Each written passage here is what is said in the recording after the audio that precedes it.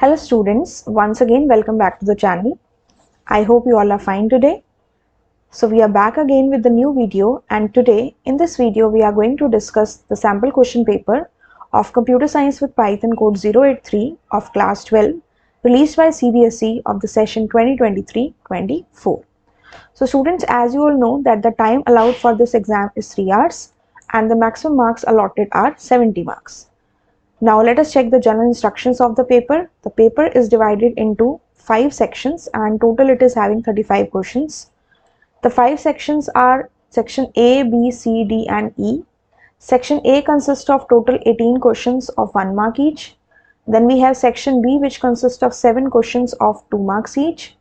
Then we have section C which consists of 5 questions of 3 marks each. Then we have section D which consists of 2 questions of 4 marks each. And at last we have section E which consists of 3 questions of 5 marks each. And all the questions are to be answered using the programming language, that is Python only. So let us understand today section A in this video. आज की video में हम discuss करेंगे section A को, in which total 18 questions are there. The first question is there, state true or false. In a Python program, if a break statement is given in a nested loop, it terminates the execution of all loops in one go. अगर एक Python के programme में break statement nested loop में दी गई है, nested loop का मतलब loop के अंदर अगर लूप है और उसके अंदर आपकी ब्रेक स्टेटमेंट है, तो क्या उसके आने से सारे के सारे जो लूप्स हैं उनकी एग्जीक्यूशन टर्मिनेट हो जाती है? So this statement is false. इसको हम एक एग्जांपल से समझते हैं. यहाँ पे देखो हमारे पास 4 लूप है for i in range 1 to 6. Then we have if I modulus 4 equals to 0. तो ये जो अंदर वाला है if I modulus 4 equals to 0, this is my inner loop and जो 4 loop है this is my outer loop. ठीक है. और ये पूरा जो प्रोग्राम है इसमें 4 और if 2 लूप्स हैं, यानी कि लूप के अंदर लूप है. if जो है वो 4 के अंदर है तो it is a nested loop. अब if I modulus 4 equals to 0, अगर ये कंडीशन ट्रू होती है तो ब्रेक स्टेटमेंट एग्जीक्यूट होगी और उसके बाद हमारी जो प्रिंट आई की स्टेटमेंट है वो हमने दी हुई है. Now the statement print I, it is in the for loop, not in the if loop.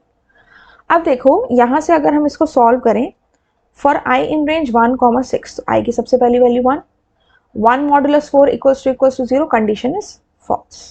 तो उस केस में क्या करेगा print I, it will give us the answer as 1. ठीक है.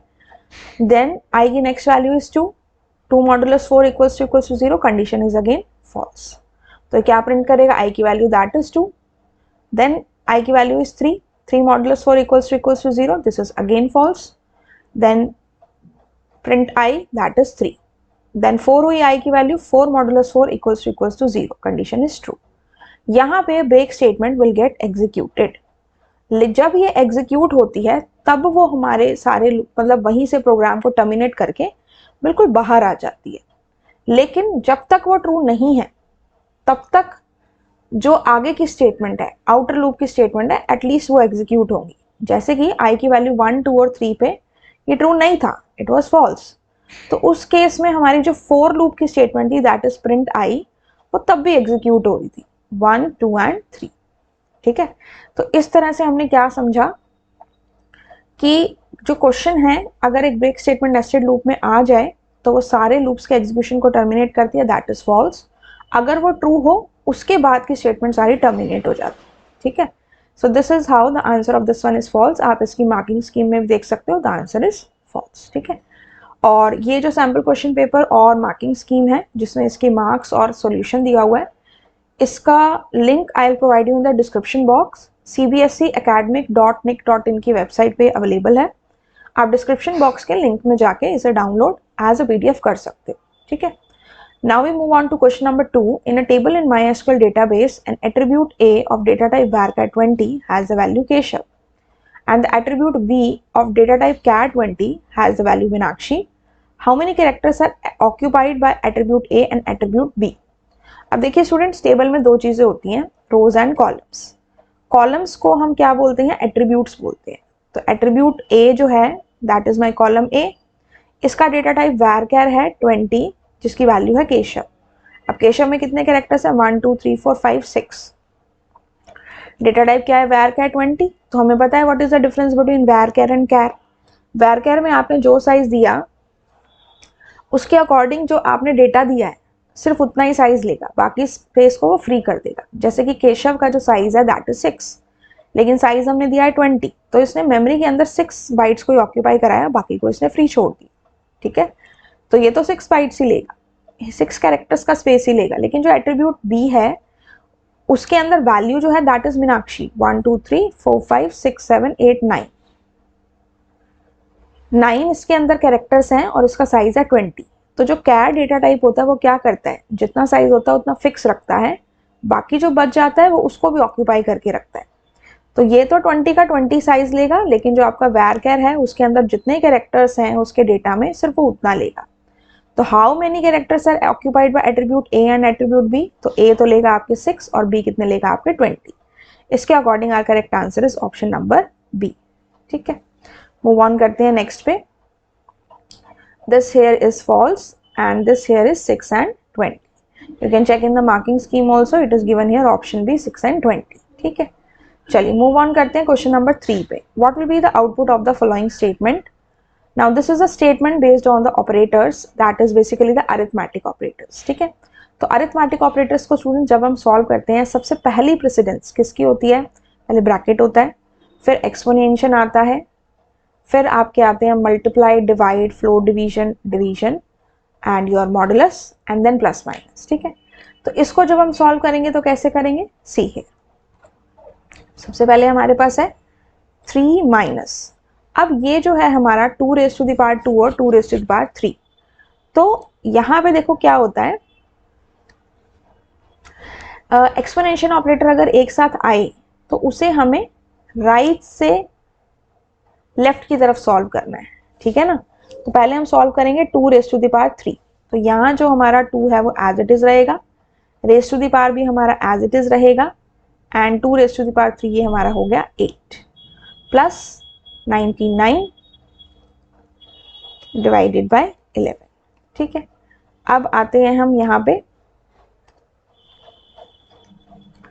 इसके बाद हम किसको सॉल्व करेंगे, इस एक्सपोनेंशियल ऑपरेटर को। 3 minus 2 raised to the power 8 आपका कितना हुआ, that becomes 256 plus 99 divide by 11। ठीक है, ये हमने सॉल्व कर दिया इसको, दिस इज 99 डिवाइडेड बाय 11। अब देखो यहाँ पे हमारे पास कौन कौन से ऑपरेटर्स हैं, माइनस, प्लस एंड डिवीजन। तो हम यहाँ पे किसको सॉल्व करेंगे, पहले हम डिवीजन को सॉल्व करेंगे, तो it will be 3 minus 256 plus 99 को जब आप 11 से डिवाइड करोगे what answer you will get, 9 point, that is 0। Okay, then minus और प्लस की सेम प्रेसिडेंस होती है, तो लेफ्ट साइड से जो पहले आ जाए उसे हम सॉल्व करते हैं। तो यहाँ पे 3 माइनस 256 हमारा कितना बनेगा, 3 माइनस 256 इज बेसिकली 3 माइनस 256 हमारा कितना बना, 253 माइनस 253 प्लस 9.0। ठीक है, अब आप इसे सॉल्व करोगे तो minus plus is minus, so this will give you the answer as minus 244.0.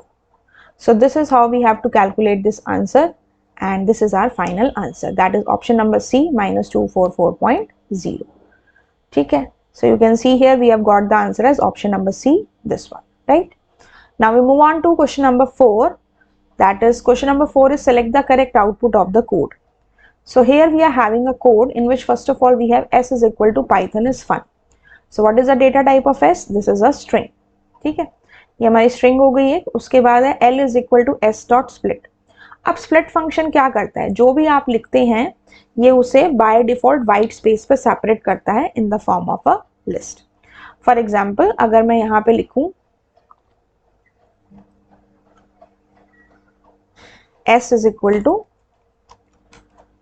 Python is fun, ठीक है, अब मैंने कहा s डॉट स्प्लिट, इसी पे स्प्लिट कर देते हैं। तो यहाँ पे देखो क्या हो गया, पाइथन अलग हो गया, इज अलग हो गया, फन अलग हो गया, क्योंकि स्पेस पाइथन और इज में है और इज और फन में है, तो 3 स्ट्रिंग्स अलग अलग बन गई। स्प्लिट फंक्शन का काम है आपकी मेन स्ट्रिंग को डिवाइड करना सब स्ट्रिंग्स में, और बाय डिफॉल्ट वो स्पेस पे करता है, अगर आप कोई कैरेक्टर देते हैं तो उस कैरेक्टर पे करता है, ठीक है। तो यहाँ पे हमने कुछ नहीं दिया हुआ ब्रैकेट में, so that is why it is dividing it at the spaces. तो आंसर हमारा किस फॉर्म में आ रहा है, लिस्ट की फॉर्म में आ रहा है, पाइथन इज फन। 3 स्ट्रिंग्स बन गई, ठीक है। अब देखो एल के अंदर आ गया पाइथन इज फन। अब एस न्यू क्या है, hyphen dot join l of 0 dot upper. अब यहाँ पे मैंने इसको एस में ही ले लिया था, लेकिन अगर मैं इसको एल में डाल दूं, ठीक है, तो इसका अपर 0 1 एंड 2, इसको इस तरह से देखेंगे 0 1 and 2, this is my 0 position, ठीक है। इसका करना है अपर, यानी कि पाइथन जो है वो सारा मेरा कैपिटल में हो जाएगा, PYTHON।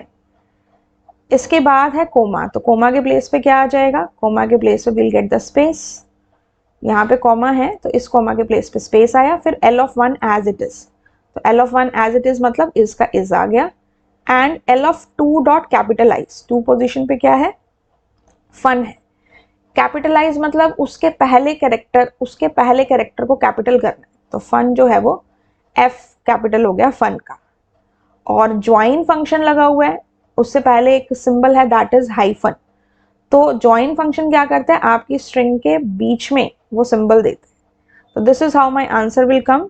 अगर आप इसे यहाँ से देखो तो हमारा जो आंसर है वो ये वाला बन रहा है, Python is fun, that is answer number, option number B, ठीक है ना। इज एज इट इज था, पाइथन पूरा कैपिटल और फन का एफ कैपिटल, और दोनों जगह पे आपके हाइफन का साइन, ठीक है। So this is the answer, fine. Now the next question is question number 5. In MySQL database, if the table alpha has a degree 5 and cardinality 3, and another table beta has degree 3 and cardinality 5, what will be the degree and cardinality of the Cartesian product of alpha and beta? दो tables हैं हमारे पास alpha and beta. Degree मतलब number of columns and cardinality मतलब number of rows. देखो आपने operation देखना है, very easy question based on MySQL, Cartesian product हो रहा है। तो कार्टेशियन प्रोडक्ट जब भी होता है दो टेबल्स का, तो जो हमारी डिग्री होती है वो क्या हो जाती है, ऐड होती है, और जो आपकी कार्डिनलिटी होती है वो क्या होती है, मल्टीप्लाई हो जाती है, ठीक है। तो डिग्री इसकी 5 है, इसकी डिग्री 3 है, 5 + 3 कितना हुआ, 8 हुआ, एंड यहाँ कार्डिनलिटी 3 है, यहाँ कार्डिनलिटी 5 है, तो 3 × 5 कितना हुआ, 50। So accordingly our correct answer is option number B, that is 8, 50. You can see here in the answer given also in the marking scheme, this is how the answer will come. ठीक है, now we have question number 6. Riya wants to transfer the pictures from her mobile phone to her laptop. She uses Bluetooth technology to connect the two devices. Which type of network will be formed in this case? रिया को pictures transfer करनी है अपने mobile phone से अपने laptop के अंदर, ठीक है। तो ब्लूटूथ टेक्नोलॉजी से उसने दोनों को कनेक्ट किया हुआ है। सो इसमें कैसा नेटवर्क बना, तो स्टूडेंट्स हमारे पास जो नेटवर्क होते हैं वो कौन कौन से होते हैं, PAN personal area network, LAN local area, MAN metropolitan area, and वैन वाइड एरिया नेटवर्क। तो अगर हम एक रूम के अंदर मतलब 100 मीटर्स के डिस्टेंस में अगर कनेक्शन कर रहे हैं, बिकॉज फोन और लैपटॉप हमारे बहुत पास पास होते हैं, एंड एक ऐसा कनेक्शन है जो एक रूम के अंदर किया जा सकता है, सो इस केस में हमारा जो नेटवर्क होगा that will be PAN personal area network. LAN जो होता है वो आपका 1000 मीटर या 1 किलोमीटर की रेंज में होता है within an organisation. MAN होता है आपका विद इन अ सिटी, और वैन होता है across the cities, continents and oceans, ठीक है। So the correct answer here is PAN. Next question is which of the following will delete key value pair for the key read from the dictionary D1? हमें dictionary D1 में से red जो की है उसकी value pair को delete करना है, ठीक है। जब भी आपको डिक्शनरी में से किसी भी की वैल्यू पेयर को डिलीट करना हो तो simply we have to use the del statement, ठीक है। ऑप्शंस क्या है, डिलीट D1 रेड, डिलीट कोई कीवर्ड उसमें हम यूज ही नहीं करते तो ये तो हो ही नहीं सकता। डेल D1 ब्रैकेट में लिखा red in the form of string because it is a string value, ये ठीक है। डेल डॉट नहीं होता क्योंकि डॉट नहीं लगाते हम इसमें, और D1 डॉट डेल नहीं होता, इसमें भी डॉट नहीं लगता, और ये जो लिखा हुआ सिंटेक्स है ये भी गलत है। Correct answer will be del D1 और ब्रैकेट में हमने इसकी की पास कर दी that is red. So this is option number B which is the correct answer, right.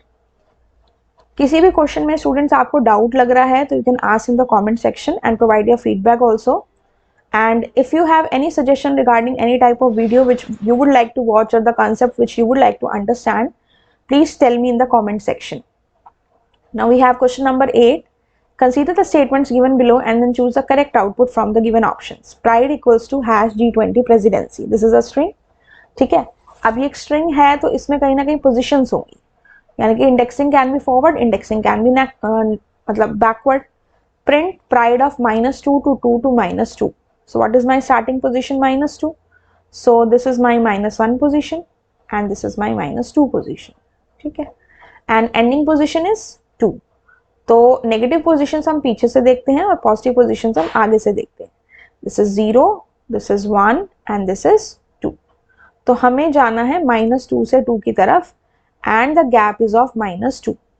ठीक है, तो -2 प्लस में -2 कितना हुआ आपका? -4 हुआ. फिर -4 -2 इज -6 हुआ. और जो हमारे लास्ट पोजिशन है दैट इज 2, यानी कि इससे पहले तक हमें चेक करना है. स्टार्ट करेंगे C से और एंड करेंगे G20 का 0 तक. ठीक है, लेकिन गैप के अकॉर्डिंग. तो सबसे पहले क्या आएगा? C, then -2 is -4 that is E, then -4 -2 is -6 that is I, then -6 -2 is -8 again E, then -8 -2 is -10 that is P, then -10 -2 is -12 that is this one 0. So C E I E P O, this is my correct answer. So you can see here option B, it is giving C E I E P O. ठीक है ना. So यहाँ पे आप options भी देख सकते हो. Accordingly this is my correct answer. Very easy question based on the string slicing. ठीक है, ध्यान रखना है जो स्टार्टिंग पोजीशन है वो आपकी इंक्लूडेड होती है और जो एंडिंग पोजीशन है वो इंक्लूडेड नहीं होती है, उसे पहले तक लेना होता है. ठीक है, and according to the gap which is given. और अगर इसमें गैप नहीं गिवन होता तो बाय डिफॉल्ट हमारा गैप कितना होता है स्टूडेंट्स? -1 का. ठीक है, now we have question number 9. Which of the following statement would give an error during the execution of the following code? Now here one tuple has been given with the name tup which has the elements 20, 30, 40, 50, 80, 79. तो इनमें से 4 statement में से किस में error आएगा? We all know tuple is an immutable data type. तो immutable data type मतलब उसके अंदर हम चेंजेस नहीं कर सकते. तो जो भी हमें ऐसी स्टेटमेंट लगेगी जहां चेंजेस करे जा रहे हैं टपल के अंदर, obviously that will show us error. Print tuple, simply ये प्रिंट हो जाएगा. Print tuple of 3 + 50. This is position 0, this is 1, this is 2 and this is 3. 3 position पे we are having the element as 50. तो 50 is an integer element, 50 + 50 करेंगे तो 100 आ जाएगा, no problem. ठीक है, फिर इसने कहा print max of tuple. इसमें से maximum element is 80, ये भी print हो जाएगा, this is also right. ये statement ठीक है, ये भी ठीक है, ये भी ठीक है. फोर्थ स्टेटमेंट में हमने बोला tuple of 4 = 80. 4 पोजिशन पे क्या है? We have already 80, बट हमने कहा कि इस पोजीशन पे हमें 80 दोबारा करना है या कोई और वैल्यू भी दी जा सकती थी, लेकिन वी नो कि टपल में कोई भी चेंजेस पॉसिबल नहीं है, so we can not make this change. Statement 4 will show us an error. So this is how the answer will be, that is error will be there in statement number 4. ठीक है, this is how this is done, right. Now the next question is question number 10. What possible output will be obtain when the following code is executed? कौन सा output आएगा जब ये particular code हम execute करेंगे? यहाँ पे हमारे पास रैंडम मॉड्यूल इंपोर्टेड है. ठीक है, my number equals to random.randint 0,3. तो रैंडेंट जो आपका फंक्शन होता है रैंडम मॉड्यूल का, उसमें आप जो भी लोअर और अपर लिमिट पास करते हैं वो सारी वैल्यूज ले सकते हैं. इसका मतलब ये जो वेरिएबल है माई नंबर, इसमें क्या क्या वैल्यू जा सकती है? It can have 0, it can have 1, it can have 2, it can have 3. लेकिन रैंडम मॉड्यूल का फंक्शन है तो एक टाइम पे सिर्फ एक वैल्यू जाएगी. ठीक है, फिर इसने कहा colour equals to yellow, white, black and red. 4 colours हैं. For I in range 1 to my number, I की वैल्यू 1 से माई नंबर तक जाएगी और माई नंबर की हमारे पास ये 4 वैल्यूज है. ठीक है, मान लीजिए सबसे पहले माई नंबर में वैल्यू आती है 0, तो 1 से 0 तक क्या हमारा लूप चल सकता है? ये लूप ही नहीं चल सकता, तो प्रिंट स्टेटमेंट तो एग्जीक्यूट होगी ही नहीं. अब दूसरा केस देखते हैं. मान लीजिए हमारे आई की वैल्यू, माई नंबर की वैल्यू होती है 1, तो क्या 1 से 1 तक लूप चल सकता है? क्योंकि स्टार्टिंग वैल्यू तो मेरा 1 है. ठीक है, तो माई नंबर की वैल्यू अगर 1 रहती है तो 1 से 1 भी लूप नहीं चल सकता. लूप हमेशा, एंडिंग वैल्यू हमेशा एक बड़ी होनी चाहिए. एक बड़ी है, एक से ज्यादा बड़ी. ठीक है। अब मान लीजिए ये लेता है 2, माई नंबर वैल्यू लेता है 2, ये लूप चल सकता है। तो आई की वैल्यू क्या आएगी यहाँ पे, आई की value it can take as 1, ठीक है। So for I in range 1 to my number, colour of I that is 1 position. अब कलर जो है that is my list 0, 1, 2 and 3। तो अगर ये 1 से 2 का लूप चलता है तो इस केस में कलर ऑफ आई में 1 पोजीशन पे क्या है, I am having as white. What will be printed, white, and इसके साथ में क्या आ जाएगा, स्टार आ जाएगा, ठीक है। ये हो सकता है। और उसके बाद प्रिंट स्टेटमेंट लगी हुई है, इट मीन्स कर्सर आपका नेक्स्ट लाइन में आया, ठीक है। अब मान लो नेक्स्ट जो लूप चलता है वो 1 से 3 पे चलता है, तो लूप कितनी बार, ये भी लूप चल सकता है, कितनी बार चलेगा, एक बार 1 के लिए, एक बार 2 के लिए। तो अगर 1 के लिए चलता है तो वैल्यू आएगी white, that is it will come here like this, that is white,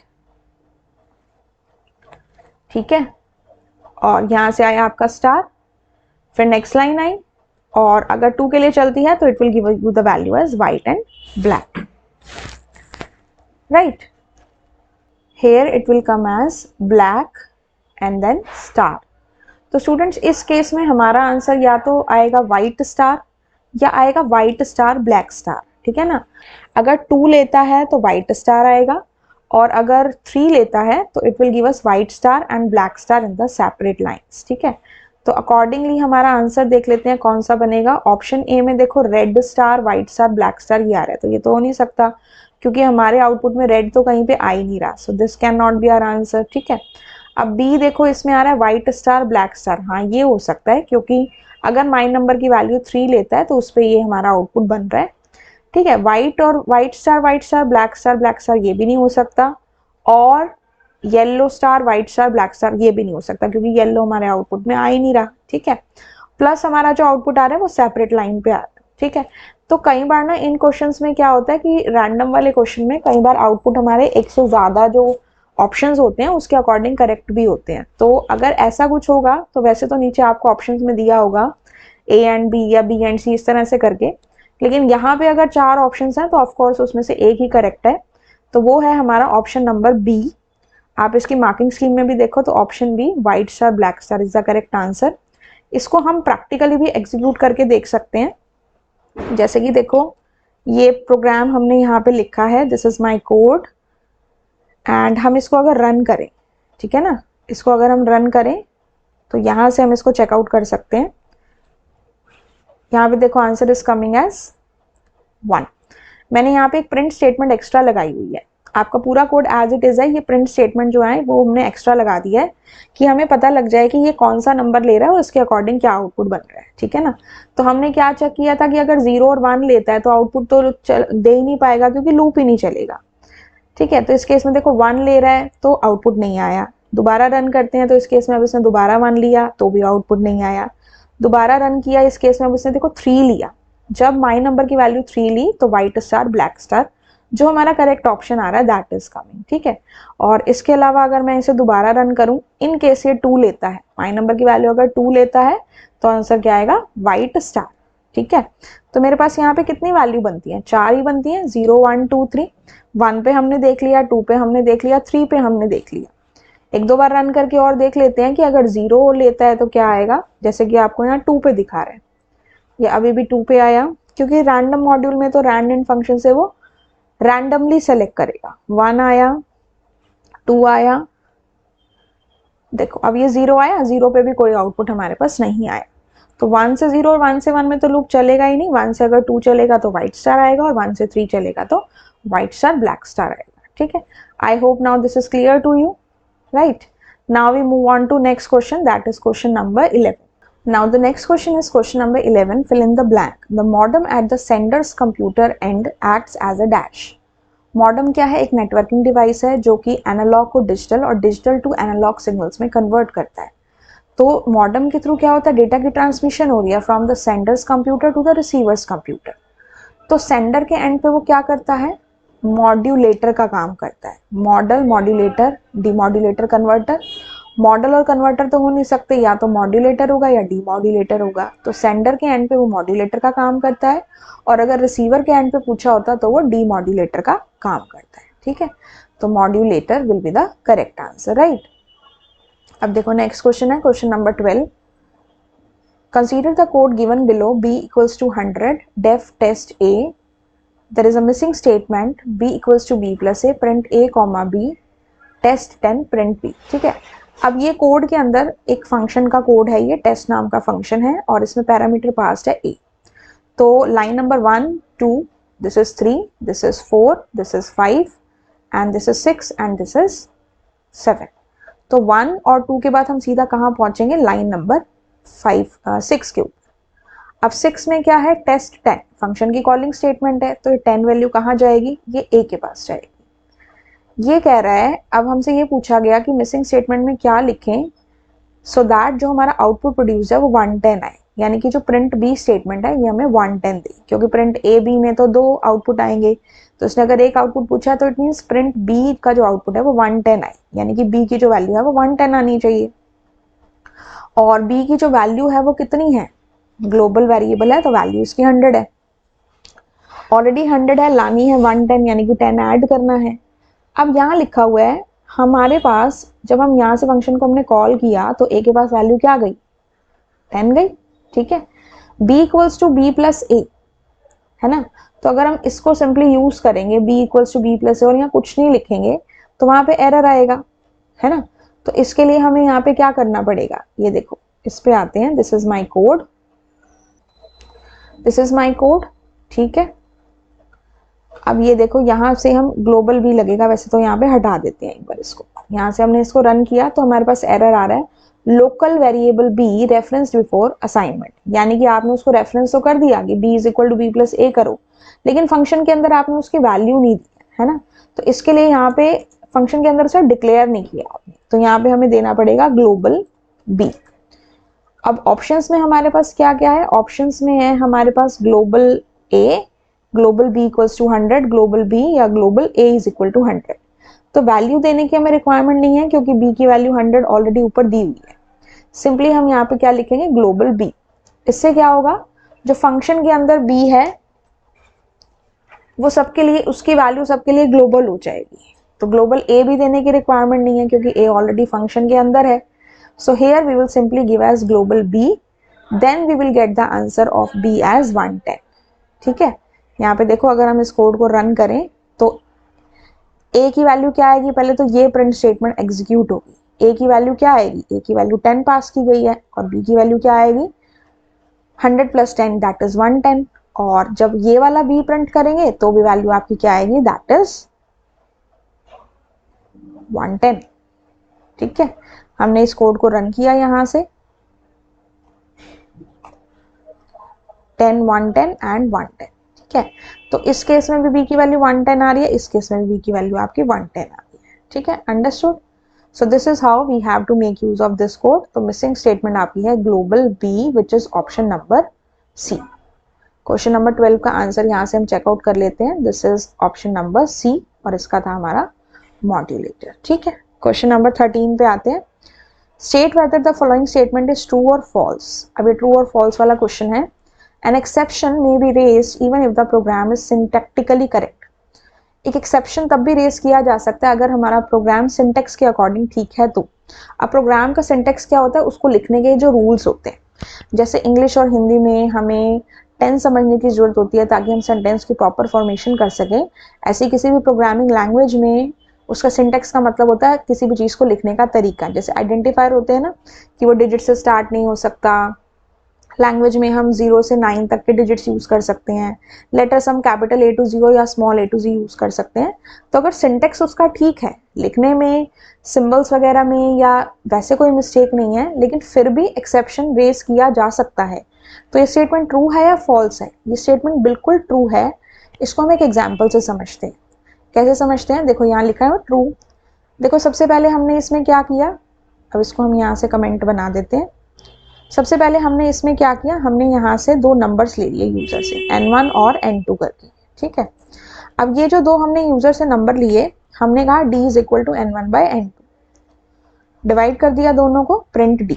अब अगर मैं इस प्रोग्राम को रन करूं तो मेरे पास कोई सिंटेक्स एरर नहीं आ रहा, सब चीज़ें मैंने ठीक तरीके से लिखी हैं, ब्रैकेट्स भी ठीक है, कोट्स भी ठीक है, सिंबल्स भी ठीक है, स्टेटमेंट भी ठीक है, इंडेंटेशन में भी कोई प्रॉब्लम नहीं। फर्स्ट नंबर हमने 4 डाला, सेकंड नंबर हमने 2 डाला, it will give us the answer as 2.0, ठीक है।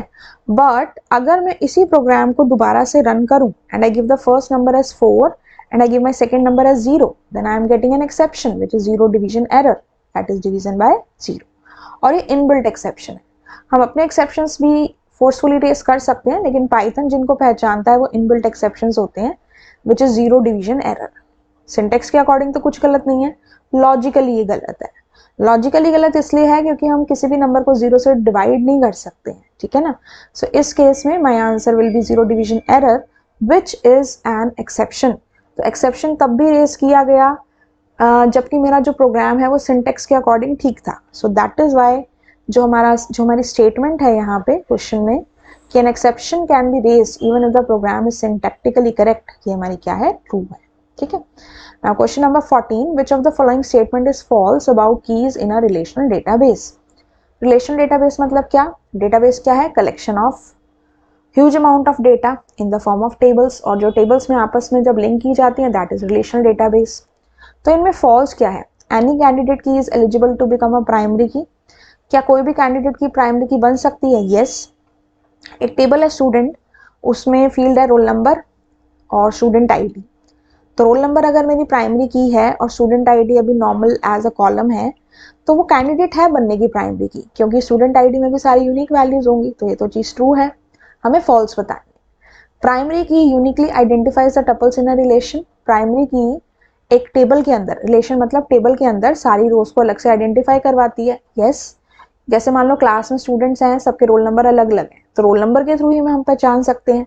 अगर बच्चे का नेम सेम भी है तो रोल नंबर के थ्रू हम उन्हें डिफरेंशिएट कर सकते हैं, that is also true. A candidate key that is not a primary key is a foreign key. कोई भी कैंडिडेट की जो प्राइमरी की नहीं है, क्या वो एक फॉरेन की है, no, that is an alternate key. Primary key मतलब हमारे टेबल का वो कॉलम जिसके अंदर सारी यूनिक वैल्यूज है, और अगर ऐसा कोई और कॉलम है हमारे पास तो वो बनेगा कैंडिडेट की, ठीक है। लेकिन उसके अलावा भी कोई और कोई ऐसा कॉलम है जो प्राइमरी की नहीं है लेकिन उसमें यूनिक वैल्यूज है तो वो ऑल्टरनेट की कहलाती है, फॉरेन की नहीं होती, ठीक है। तो हमारा जो एरर है, फॉल्स स्टेटमेंट है, वो ऑप्शन नंबर सी में है। डी को भी पढ़ लेते हैं। फॉरेन की इज एन एट्रीब्यूट, फॉरेन की वो कॉलम है whose value is derived from primary key of another relation। Foreign की वो कॉलम है जिसकी वैल्यूज हम दूसरे रिलेशन के दूसरे टेबल की प्राइमरी की से लेते हैं, yes, this is absolutely true. जैसे कि मान लो एक टेबल है स्टूडेंट नाम का, उसमें रोल नंबर, नेम, क्लास और सेक्शन, ठीक है। एक टीचर नाम का टेबल है, उसमें टीचर आईडी और टीचर नेम और रोल नंबर। तो जो मेरा पेरेंट टेबल है that is my student table, और जो मेरा चाइल्ड टेबल है that is my teacher table. अब टीचर टेबल के जो रोल नंबर में वैल्यूज आएंगी वो पेरेंट टेबल की यानी कि दूसरे टेबल की प्राइमरी की से आएंगी जो कि रोल नंबर सेट किया हुआ है, ठीक है ना।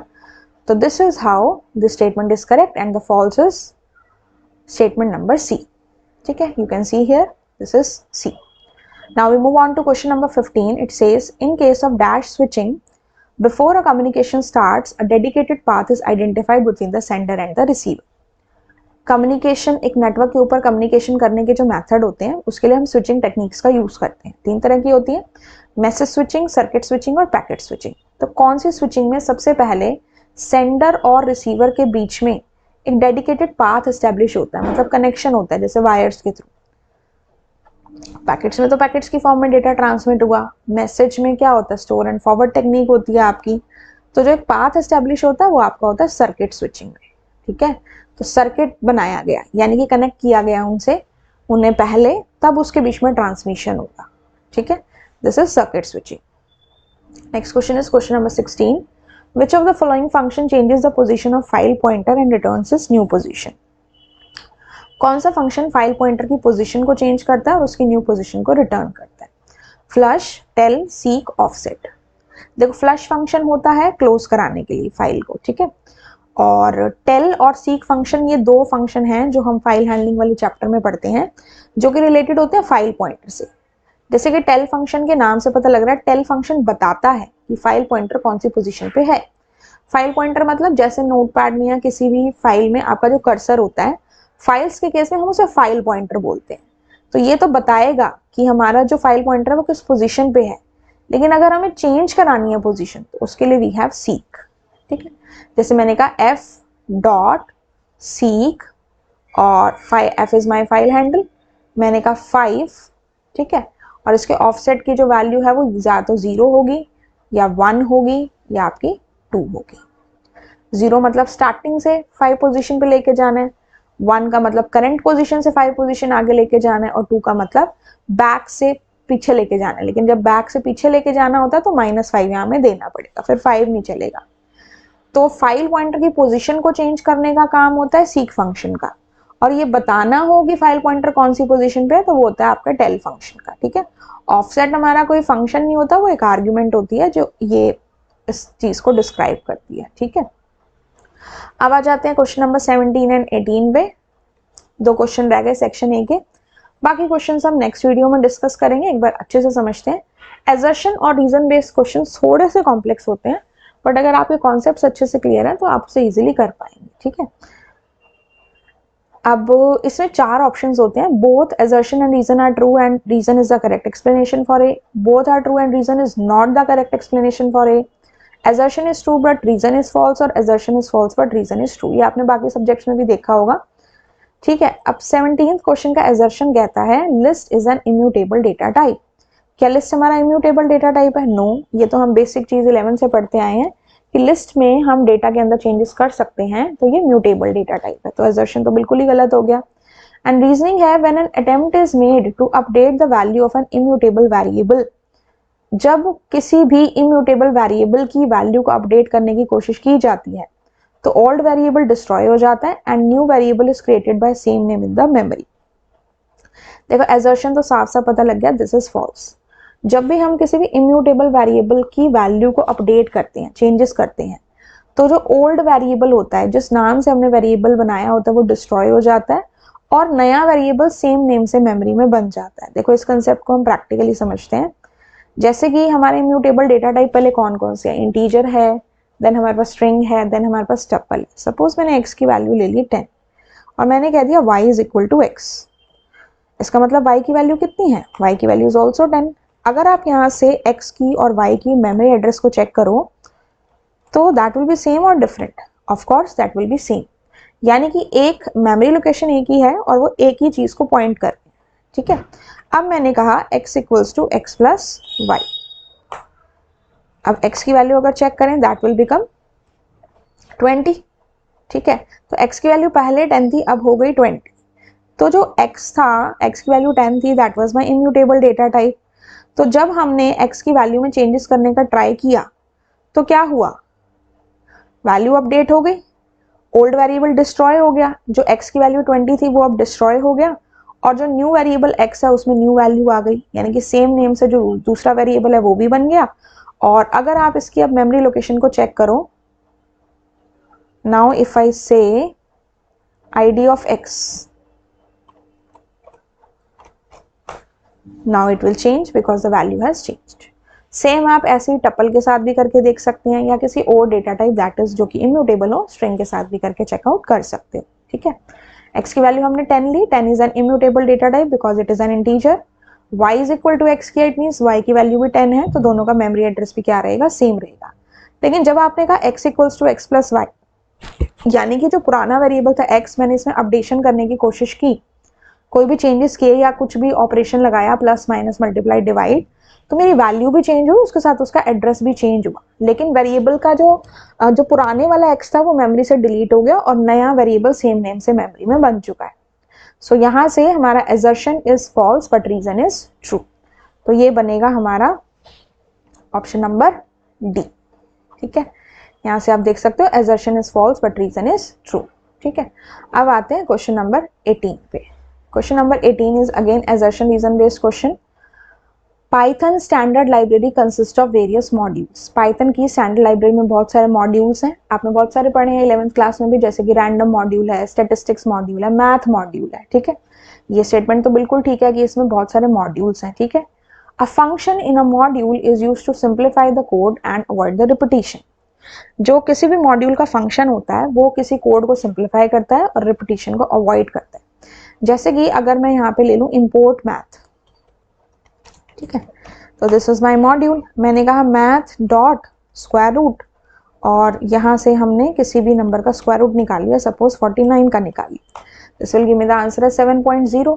तो मुझे अलग से इसका कोड नहीं लिखना पड़ा, रिपीटिशन कम हो गई, बार बार नहीं लिखना पड़ा, और एक ही बार में जो मेरा आंसर है दैट आई एम गेटिंग। तो एजर्शन भी ठीक है, रीजन भी ठीक है, फंक्शन जो होता है मॉड्यूल में वो कोड को सिंप्लीफाई करता है, रिपीटिशन को अवॉइड करता है, so both are true, but module से रिलेटेड इसका जो रीजनिंग है that is not the correct explanation. मतलब दिखने में हमें ऐसे लगेगा कि both are true and reasoning is the correct explanation, but actual में इसमें मॉड्यूल से रिलेटेड और कुछ बात बताई नहीं गई है, फंक्शन के बारे में बताया गया मॉड्यूल से रिलेटेड, ठीक है। सो इस केस में हमारा आंसर रहेगा कि assertion is true, both assertion and reason are true, but R is not the correct explanation of E. That is option number B. ठीक है, so you can see here this is the answer, that is R is not the correct explanation for A. ठीक है, इसके साथ students हमने section A को cover up किया, खत्म होता है यहाँ पे सेक्शन ए जिसमें हमारे MCQs और ऑब्जेक्टिव टाइप क्वेश्चंस थे। नेक्स्ट वीडियो में हम मूव ऑन करेंगे सेक्शन बी पे, समझेंगे इसके क्वेश्चन को जिसमें टोटल 7 क्वेश्चंस है 19 to 25। I hope students 1 to 18 questions में आपके कंसेप्ट्स क्लियर हैं, फिर भी कोई डाउट है तो आप कमेंट सेक्शन में पूछ सकते हैं, provide your feedback, and in case you want me to upload any video और any other topic please do let me know. So I'll meet you in my next video. If you find this video helpful, you can like it, share it and subscribe the channel for more such updates. आगे मिलते हैं आपसे new video में, till then have a good day, keep learning and keep revising, and thank you so much.